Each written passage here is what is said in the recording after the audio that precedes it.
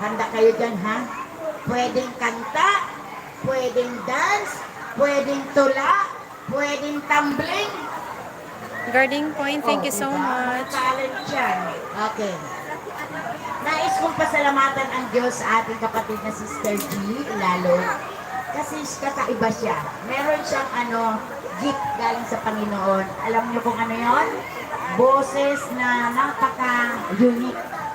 Kaya ginagamit niya rin ito sa atin. Nagpapasalamat ako dahil nung time na siya ay sinabihan ko na, sis, pwede mo bang kantain niyo ang The Goodness of God? Siya po yung nagkanta nung kala nyo, ha? Kala nyo sa YouTube yun? Hindi, boses niya talaga yun. Oh, di ba? Ayaw niya magpasabi na kung ano-ano. Basta ako, nabibless ako sa buhay niya. Napunta siya sa ating grupo, hindi sa kung saan-saan lang. At ako'y naniniwala, ito yung talagang para sa kanyang group. Dahil dito sa ating grupo, totoo tayo, di ba? Wala ditong marites, walang marisol, walang wala lahat. Basta masaya lang, pawisan, okay Solidad na. meron. Go ng buhay.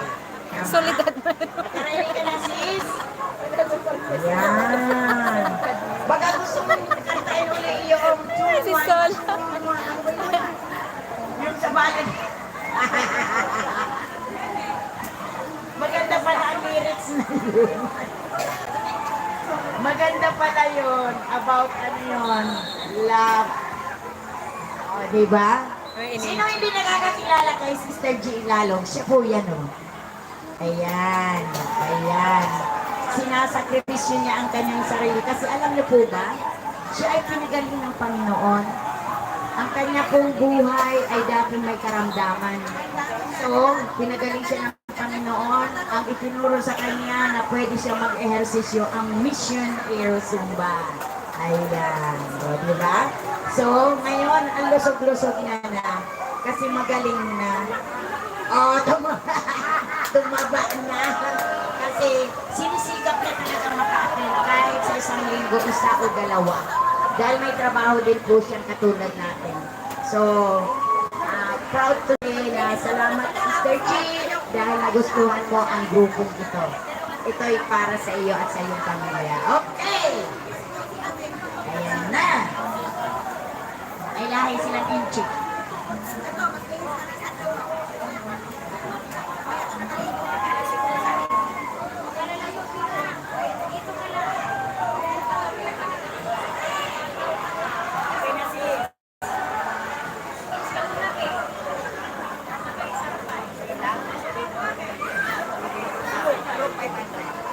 M in the house, guys. Thank you so much.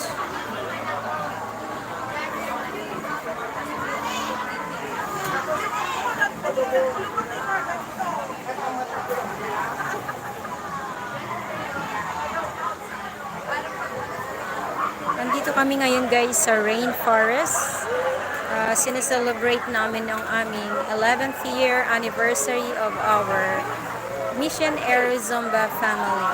So, enjoy kami nandito. So, ayan ang aming kapatid na Sis G Lalog, ang magaling naming singer.